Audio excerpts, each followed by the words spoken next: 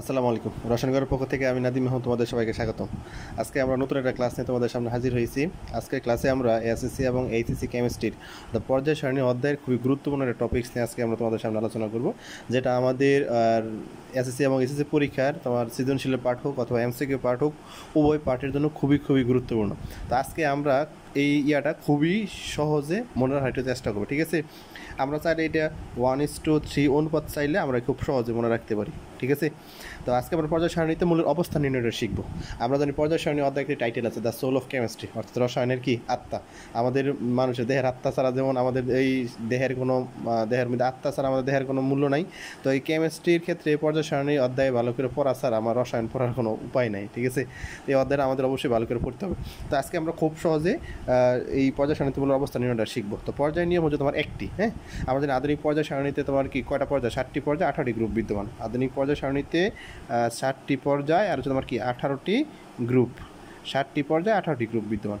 তো আমাদের এই যে মূল্যগুলো আছে, মূল্যগুলো কত নম্বর পর্যায়ে কত নম্বর গ্রুপে আছে, এটা বের করার জন্য আমরা খুব সহজে আজকে দেখবো ক্লাস। এটা পর্যায় নিয়ম আমার তোমার একটি, হ্যাঁ। কোনো একটা মূল্যের পর্যায় নিয়মটা নির্ণয় করতে গেলে আমরা একটা নিয়ম ফলো করবো। গ্রুপের নিয়ম হচ্ছে তোমার 3টি। যেমন আমরা দেখো এটা 3টা মূল্য লিখে রাখছি, সোডিয়াম, অ্যালুমিনিয়াম এবং কি টাইটেনিয়াম। এই 3টা মূল্যের উদাহরণ দিয়ে অর্থাৎ ইলেকট্রন বিন্যাসের সাহায্যে আমরা খুব সহজেই তাদের পর্যায় এবং গ্রুপ বের করে নিতে পারবো, ঠিক আছে? তো সোডিয়ামের ইলেকট্রন বিন্যাসটা যদি আমরা করি, একটু ভালো করে খেয়াল করে দেওয়া। সোডিয়ামের পারমাণবিক সংখ্যা 11। তাহলে আহ্বান নীতি অনুসারে আমরা যে সূত্রটা জানি ইলেকট্রন বিন্যাস করার জন্য, সেটা হচ্ছে 1:2, তারপরে কত 2:2, 2p6, 3s1, ঠিক আছে? এটা 1 নম্বর কক্ষপথ, 2 নম্বর কক্ষপথ, 3 নম্বর তোমার 2, 6, 2, 8, 10 আর কত 11, ঠিক আছে? তো 11। তো পর্যায় নির্ণয় নিয়ম হচ্ছে ইলেকট্রন বিন্যাসের সর্বশেষ কক্ষপথের সংখ্যায় পর্যায় সংখ্যা। কোনো মৌলের ইলেকট্রন বিন্যাসের সর্বশেষ কক্ষপথের সংখ্যায় কী সংখ্যা? পর্যায় সংখ্যা। এই পর্যায় নির্ণয়ের নিয়ম তোমার একটাই, মনে রাখবো সবসময়। ইলেকট্রন বিন্যাসের সর্বশেষ কক্ষপথের সংখ্যায় তোমার কী সংখ্যা? পর্যায় সংখ্যা, ঠিক আছে? তাহলে সোডিয়ামের ক্ষেত্রে তার পর্যায় সংখ্যাটা হচ্ছে তোমার 3, পর্যায় সংখ্যাটা 3। আর গ্রুপ মনে রাখবা, গ্রুপের নিয়ম 3টা।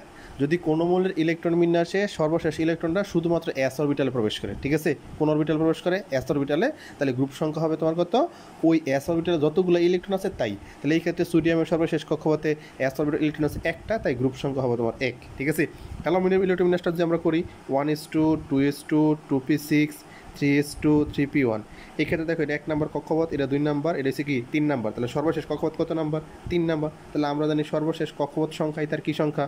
পর্যায় সংখ্যা। তাহলে পর্যায় সংখ্যা 3। গ্রুপ নাম্বার নিয়ম হচ্ছে তোমার 2 নম্বর গ্রুপের ক্ষেত্রে নিয়মটা আমাদের পড়লে হবে। যদি সর্বশেষ ইলেকট্রনটা এসওপি অরবিটালে প্রবেশ করে, কোন অরবিটালে প্রবেশ করে? এসওপি অরবিটালে প্রবেশ করে। তাহলে সূত্র হচ্ছে s+p+10, s+p+10। তাহলে এস অরবিটাল ইলেকট্রন আছে আমার 2টা, পিতে আছে একটা। তাহলে 2 + 1 + 10 সমান কত হবে? 13, ঠিক আছে?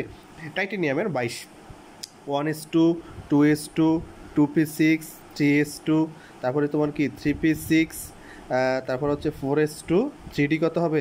দেখো এই ক্ষেত্রে 1 নাম্বার, 2 নাম্বার, তোমার কি 3 নাম্বার আর 4 নাম্বার। তাহলে 2, 4, 2, 10, 10, 16, 16 তোমার কি 10, 12, 12, 18, 20, 20-এর ক্ষেত্রে তাহলে আমাদের এন ডিতে কটা হবে? অবশ্যই 2টা। তাহলে আমরা জানি আহ্বান নীতি অনুসারে ইলেকট্রন 3d এবং 4s অরবিটালের মধ্যে, ঠিক আছে? 4s অরবিটালের মান কম হওয়ার কারণে আগে ইলেকট্রন কোথায় প্রবেশ করবে? 4s অরবিটালে প্রবেশ করবে, তারপর 3d অরবিটাল প্রবেশ করবে। তাহলে এই ক্ষেত্রে আমাদের 4s অরবিটালে প্রবেশ করানোর পরে ইলেকট্রন দেওয়ার পরে আমার কাছে বাকি থাকে কয়টা ইলেকট্রন? 2টা ইলেকট্রন। তাহলে এই ক্ষেত্রে 2টা ইলেকট্রন কী করবে? d অরবিটাল প্রবেশ করবে। যদি এই ক্ষেত্রে তুমি দাও তো সর্বশেষ কক্ষপথ কি 3d 3 নাম্বার না 4 নাম্বার? অবশ্যই সংখ্যার বিচারে 4টা বড়, তাহলে আমাদের পর্যায় সংখ্যা হবে 4। পর্যায় সংখ্যা কত হবে? 4। পর্যায় সংখ্যা কত হবে? 4, ঠিক আছে? আর গ্রুপ সংখ্যা, যদি কোনো মডেল ইলেকট্রন বিন্যাস তোমার এস ও ডি অরবিটালে প্রবেশ করে, কোথায় প্রবেশ করে? এস ও ডি অরবিটাল। তাহলে গ্রুপ সংখ্যা হবে s+d। গ্রুপ সংখ্যা কত হবে? s+d। অ্যাসিড ইলেকট্রন আছে 2টি, ডিতে ইলেকট্রন আছে 2টি, ঠিক আছে? তাহলে গ্রুপ সংখ্যা হবে মোট কত? 4। তাহলে আমরা খুব সহজে আজকে দেখলাম যে পর্যায় সারণীতে মৌলের অবস্থান কীভাবে নির্ণয় করা যায়। আমি সংক্ষেপে আরেকবার বলে দিচ্ছি, কোনো মৌলের ইলেকট্রন বিন্যাসের সর্বশেষ কক্ষপথের সংখ্যা, সর্বশেষ কক্ষপথের সংখ্যাটা হচ্ছে পর্যায় সংখ্যা। কোনো মৌলের ইলেকট্রন বিন্যাসের সর্বশেষ কক্ষপথের সংখ্যাটাই কী সংখ্যা? পর্যায় সংখ্যা, ঠিক আছে? আর এই ক্ষেত্রে সোডিয়ামের 3 নাম্বার, অ্যালুমিনিয়ামের 3 নাম্বার আর টাইটেনিয়ামের হচ্ছে 4 নাম্বার। যেহেতু তাদের সর্বশেষ কক্ষপথ 3, 3 এবং 4, তাহলে তাদের পর্যায় সংখ্যা হচ্ছে 3, 3 এবং 4। গ্রুপের নিয়ম 3টা। যদি এস অরবিটালে প্রবেশ করে, সর্বশেষ ইলেকট্রনটি এস অরবিটালে প্রবেশ করে, তাহলে এসে যতগুলো ইলেকট্রন থাকবে এটাই তার গ্রুপ সংখ্যা। এই ক্ষেত্রে এসে একটা ইলেকট্রন আছে, তার গ্রুপ সংখ্যা 1। যদি আমাদের এস এবং পি অরবিটালে প্রবেশ করে, তাহলে সূত্র হবে s+p+10, s+p+10। এই ক্ষেত্রে এস অরবিটাল 2টা, পিতে একটা, তারা যোগ করলে মোট কত হবে? 13। যে আমাদের এই ক্ষেত্রে যদি এস এবং ডি অরবিটালে প্রবেশ করে ইলেকট্রন, ডি অথবা এস অথবা ডি অরবিটালে প্রবেশ করে, তাহলে গ্রুপ সংখ্যা নিয়ম হচ্ছে এস প্লাস ডি, অর্থাৎ এস অরবিটাল এবং ডি অরবিটালে মোট ইলেকট্রন সংখ্যা কী করতে হবে, যোগ করতে হবে। তাহলে আজকের ক্লাসে আমরা খুব সহজে দেখলাম যে পর্যায় সারণীতে কীভাবে মৌলের অবস্থান নির্ণয় করা যায়। ঠিক আছে, তোমরা সবাই আমাদের রসায়ন ঘরের সাথেই থাকবে। ধন্যবাদ সবাই, এবং তোমাদের বন্ধুদেরকেও এরকম মজার মজার ক্লাস যাতে সহজে দেখতে পারে তাদেরকে গ্রুপে শেয়ার করে দিবা এবং তাদেরকে যাতে ফলো করে দেয় বলে দিবা। ধন্যবাদ সবাই, রসায়ন ঘরের পক্ষ থেকে আমি নাদিম মাহমুদ তোমাদের সবাইকে স্বাগত।